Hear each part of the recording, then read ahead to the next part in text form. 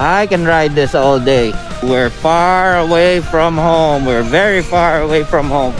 We are far away from home! Woo! Guys, nandito tayo ulit. Magre-range test ngayon tayo. Kung last video napanood nyo yung review natin, ngayon this time we will do a range test. Okay, we are traveling with 2 full batteries.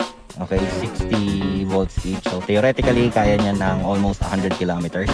So full charge tayo umalis. Nakaka 3 kilometers na tayo kasi nung tinest natin to kanina yung test drive. So kung gusto niyo makita kung ano yung mapanood, kung ano yung impressions natin dito sa bike, nandun sa isang video. Okay, ipopost ko na lang yung link dito. And then we'll try to kahit umubos lang tayo ng isa, kasi bali 5 bars yung makikita natin. Kahit umubos lang tayo ng isang bar, kasi compute na lang natin kung ilan talaga yung kaya niyang i-charge. Ilan talaga yung kaya niyang range. Pinagandaan natin tong ride na to, meron tayong baong tubig, meron tayong baong helmet, ganyan. So, pero meron tayong helmet for safety. Okay, para pag nag-travel tayo, balak natin pumunta ng from here sa Balagtas, pupunta tayo ng San Rafael, Bulacan. Is it safe? I think so, kasi capable yung bike, capable yung sa speeds, meron tayong complete gears, and then let's try. Hindi naman mabilis yung itatakbo natin, parang tama lang. Let's go. So siguro habang biyahe tayo ng tingnan natin kung meron tayong malulusutan na kakaibang terrain. Alam niyo naman dito sa Bulacan, pakaramihan mga bukid. So try natin maghanap ng lugar na yan. So dito kapag nasa back roads tayo, ang speed setting lang natin ay nasa 1 kasi matulin yung 2. So mamaya pag nag-open roads, saka natin tataasan yung setting. Parang nakakahiyang umovertake sa ibang motor, no? Para makasabihin nagyayabang ako. Hindi naman, testing lang. So yung kapag nakasetting ka na 3, nakaset ka dito sa speed setting niya na 3, ang lakas ng pulling power niya. So hindi ko lang alam sa top speed niya, pero ang pulling power niya noticeable. Alam talaga na naka electric ka. Kasi nga 'di ba, electric instant yung bigay ng power. Tapos yung motor pa natin naka direct drive pa siya, wala siyang gear. So direct drive siya dun sa wheel. So kung naramdam mo talaga yung speed kapag nasa pinakasagad na speed setting ka. Ito medyo uneven yung kalsada, pero sobrang komportable. Parang ka naka-legitimate motorcycle na rin. We're here now sa Plaridel Bypass Road. So it's a bypass road. Anong range ang makukuha natin dyan? Yun ang titingnan natin. Ayun lang, walang tapalodo. Pag may putik, maputik din yung bike. So papakita ko sa inyo ano yung itsura ko. So yan yung itsura ko, naka-neck mount. Pero magsusuot tayo ng helmet kasi hindi safe kasi rito pag hindi ka naka-helmet. So dito may pinagbaon ako ni mama ng donut. So mamaya titirahin natin yung donut na yun. Sa gilid lang naman tayo ng kalsada, kaya for sure safe tayo. Alright, let's go. So background ulit, kanina malis tayo ng bahay na full charge, 2 batteries, and then pupunta tayo ng San Rafael, Bulacan from our place sa Balagtas, Bulacan. So that's roughly around 25 kilometers. Okay, so kung isang battery full charge ka, kaya niyang tumakbo ng 50 kilometers. Talo pa nga natin yung dalawa na yun, naka-helmet tayo. So siguro naman di tayo sisitahin dito. Bawal ang e-bike sa national roads. Starting this December, bawal ang e-bike sa national roads. This is a provincial bypass road. Kung ako tatanungin, ride at your own risk dito. Hindi ka nakakasigurado sa safety mo rito, lalo mas mabibilis sa yung mga ibang sasakyan. Pero kung ganito lang ang takbo mo, around mga 30 kilometers per hour, oh my god, you're good. You're good. Diba, hindi ka naman nakikipag-unahan. Ang hirap tulinan kasi parang anytime pwede kang tangayin ng hangin. Nararamdaman ko na nga yung hangin na pumapalo sa akin. So I think na ako dito sa speed na 30 kilometers per hour. Who knows? Pwede naman natin bilisan pa. So nasa setting number 2 tayo. Oh my god, kaya niyang mag 60 kilometers per hour sa speed setting number 2. Kayang-kaya. Medyo di lang ako confident sa driving ko kasi nga manipis yung dala natin. Tapos naramdam ko yung hangin na pumapalo sa akin. Tapos yung mga dumadaan pa na sasakyan na yan, tinatangay yung natin. Pero in terms of ride comfortability, sobrang komportable. Para kang nagda-drive ng isang legitimate na motorcycle. Yung mga bumps na gano'n, kayang-kaya, hindi niya iniinda. Ito lang ang talo dyan, kapag basa na ganyan, dahil wala siyang ganong kahaba yung tapalodo niya sa likod, tumatalsik sa bag. Kaya handaan lang talaga kapag may baha. So I think ihinto muna ako at some point somewhere para ipahinga tong bike. Hindi naman pwedeng dire-diretso. Siguro ito muna tayo rito, tingnan natin yung video natin kung maganda ba pagkaka-record or what. Yeah, cameras are okay, bag is okay, health check okay, medyo confident na tayong i-drive itong So pagdating natin sa dulo, saka tayo kakain. Gugutom na ako. Ayoko naman mag-stop over dito sa mga gilid na to. Not unless, kasi kapag kumain tayo ng lugaw, hindi natin pwedeng i-turn off itong bike. Kasi hindi natin makikita yung range, magre-reset yung odometer niya.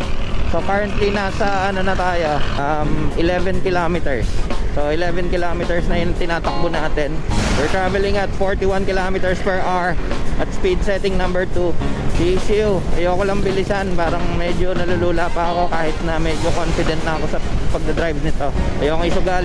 Siguro yung speed na 3, pwede mo siya pang overtake, parang low gear yung sa Sige nga, testing.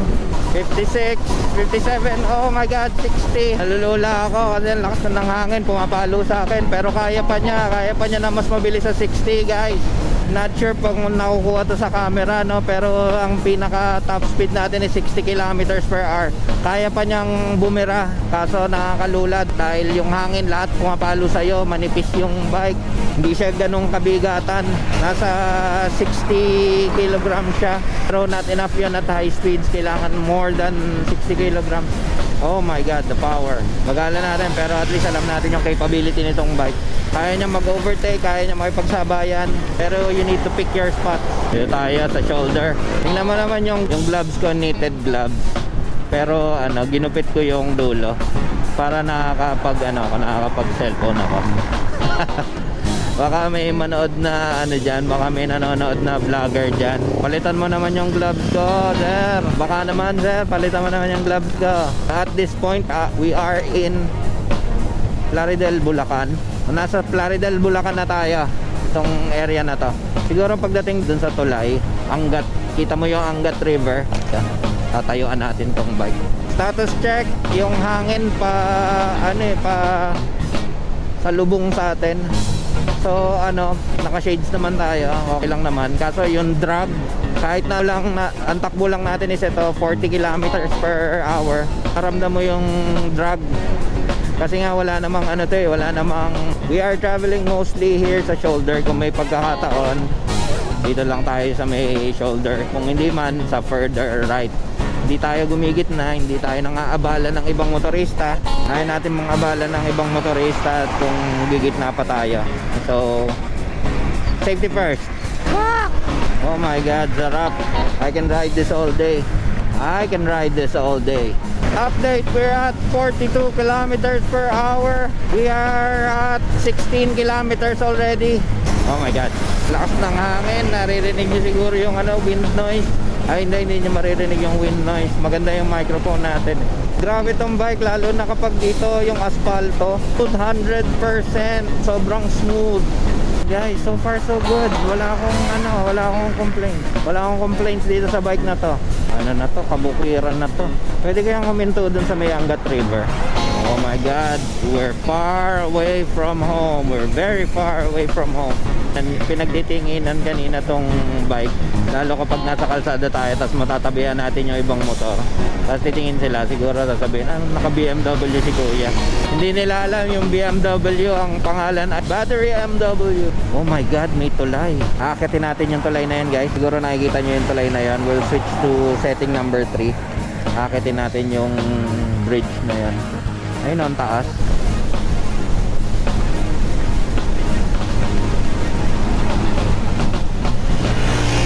Kayang-kaya, guys. Kayang-kaya niya yung yung taas na yon. Oh, sarap. Well, nakita niya yan, ha. Makita tayo ng napakatarik na tulay na yan. Update, guys. Nandito na tayo sa may Baliwag, Bulacan. Traveling along Plaridel Bypass Road pa rin. Ito na yung tulay na nasa ibabaw ng Angat River. Astig nitong tulay na to. Sayang wala tayong drone. Tatayuan natin. Yeah.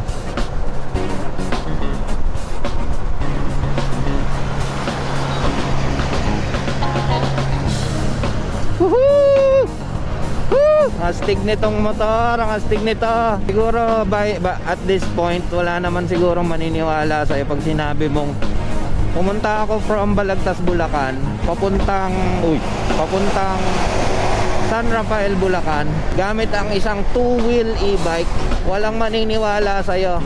Pero eto tayo ngayon, oh. Binabiyahe natin ngayon. Two-wheel e-bike, Plaridel Bypass Road. Pero drive at your own risk. Kompleto tayo ng gear, drive at your own risk. Nasa pacing tayo ng hindi naman masyadong overwhelming na para sa atin yung speed at para sa e-bike yung speed. So I think I'm pretty much confident we're very, very safe. Alright, the bridge ends here. Woo! Nice, nice, nice, nice, nice. We're at 23 kilometers. So ano na lang, tatanggalin natin yung GoPro, ano natin ang tapat natin na nakaharap sa atin para maiba naman yung view. So puro ganito na lang din kasi makikita nyo, puro mga parang mga bukid, ganun. So switch natin yung position ng GoPro.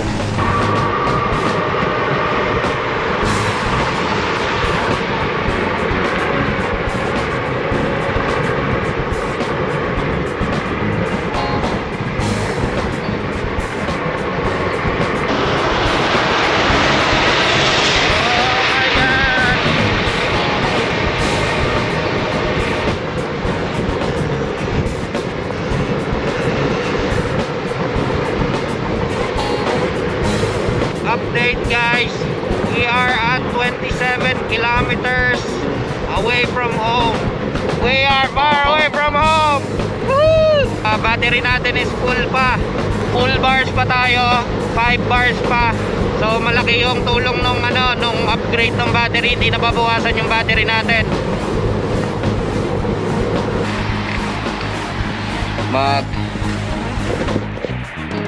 Mag-FaceTime tayo sa bahay. Okay, nahanap na tayo. Siyempre kailangan natin mag-update. Let's call my wife. Mag-update tayo. FaceTime natin siya. Pero sama na itsura ko eh. Hindi mo kang magbabay. Dapat yung Hi mami! Andito na ako sa San Rafael. Teka lang. Guys, pahinga muna tayo. Mas napagod ako kaysa sa motor eh. Pero ayan yung motor.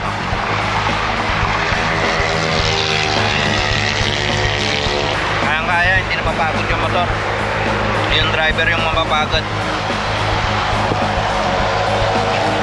Sabi ko nga kanina, ikaw mapapagod, yung e-bike hindi. Ganun siya kaganda. So update lang, no? We are at 28 kilometers. Malapit na tayo dun sa dulo. Siguro hanggang dulo na lang tayo ng ng bypass. Nandun na yung San Rafael, Bulacan.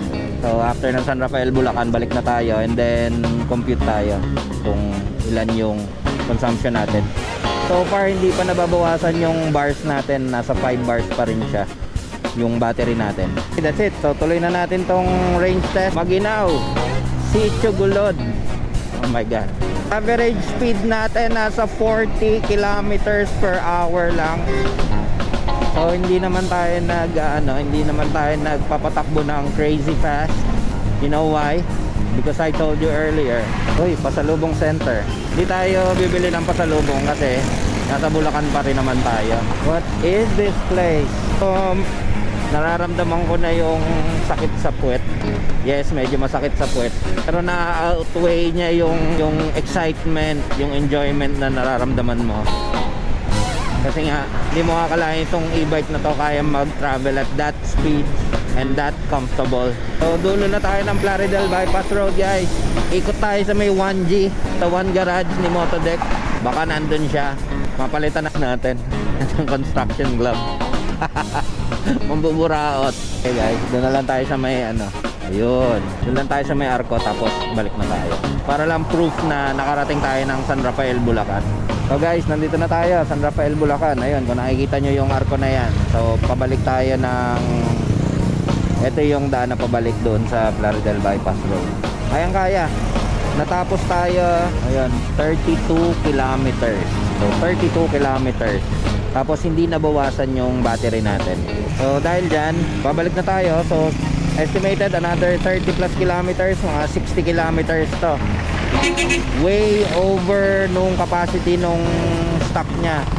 Dahil nga may extra battery to, kaya nating mag over 60 kilometers na range. So biyahe na ako pabalik. Thank you guys for accompanying me today. Okay, thank you guys. Bounce na ako guys. See you at home. See you at home.